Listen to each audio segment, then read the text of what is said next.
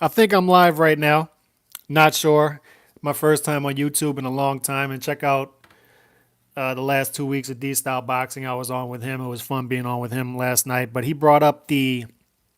I hope everybody hears me all right. It's my first time really knocking off the rust and using this live thing. So I'm not sure it even works appropriately. But if it is, I appreciate y'all being there and comment in the section in the archives.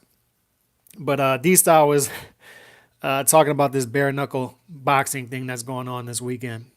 I believe it's happening on the 22nd. It's going to be on live Fight TV or pay per view or whatever it is. And he was talking about Malignaggi in the main event. And I remember first hearing about this about a month. My brother walked into my office here at home and was like, "Did you hear that Malignaggi's fighting bare knuckle?"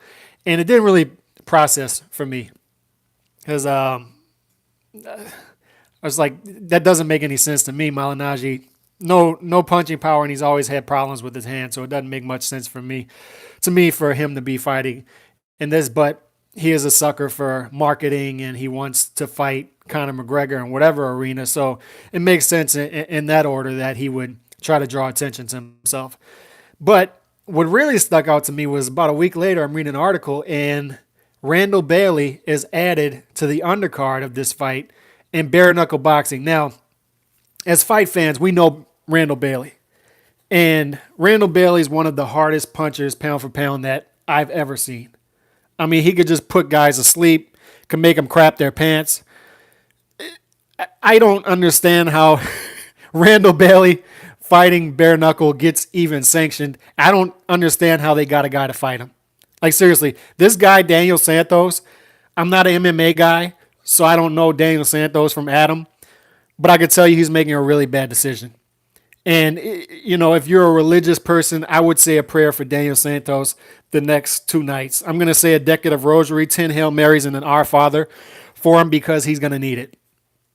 Seriously, man, this is a bad decision, and this is why you need no men around you. You need somebody who's going to say, no, that's not a good decision. Like, in your group of friends, you always need the no man because you're going to have yes men around you. Yeah, it's okay. Jump in those alligator infested waters because you're hot. Yeah, you have that 13th Crown and Coke. So you need that other guy, the no man around you and on your team to say, no, man, it's not a good decision to jump in that water. No, you should not have a 13th Crown and Coke. You've had 12 already. You're slurring your speech. You're getting rejected by every woman in the bar. And you're going to drive home? No. Give me the keys. No, you're not getting a 13th drink.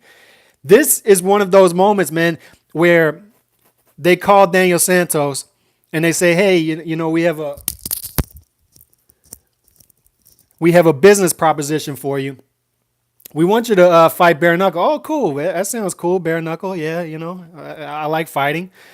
Yeah, we want you to fight Randall Bailey. Oh, I don't know who Randall Bailey is, but yeah, let's do it. Maybe I should check out, let me do a little research. So they get on, they do a little research. They see his KO percentage. They see some highlights. They should have had that no guy and say, no, you should not fight this guy. It's not a good decision. I don't care what they're offering you. Everybody has a price, but I can tell you Daniel Santos is not getting paid enough to fight Randall Bailey bare knuckle. He's just not.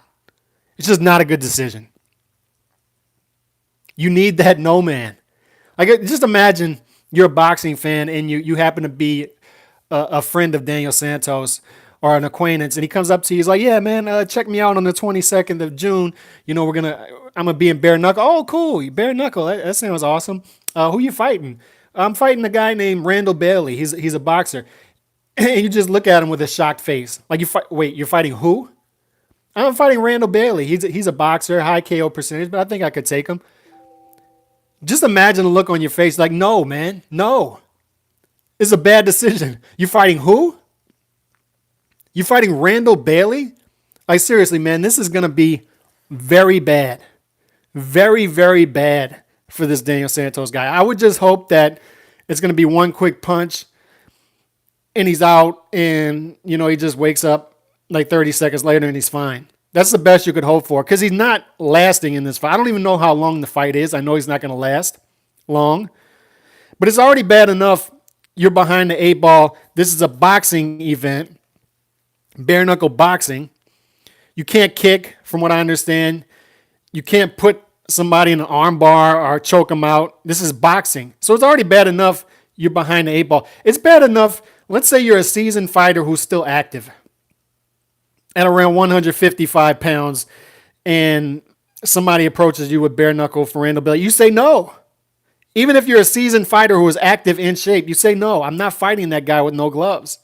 So for a guy who's an MMA fighter, even the best stand-up striking MMA fighters are going to be well behind the eight ball against a seasoned vet, even if he's retired, and Randall Bailey. Randall Bailey doesn't even have to be in shape for this fight. It just takes one punch. So pray for Daniel Santos. He's going to need it. This is really, really bad, man. Really, really bad.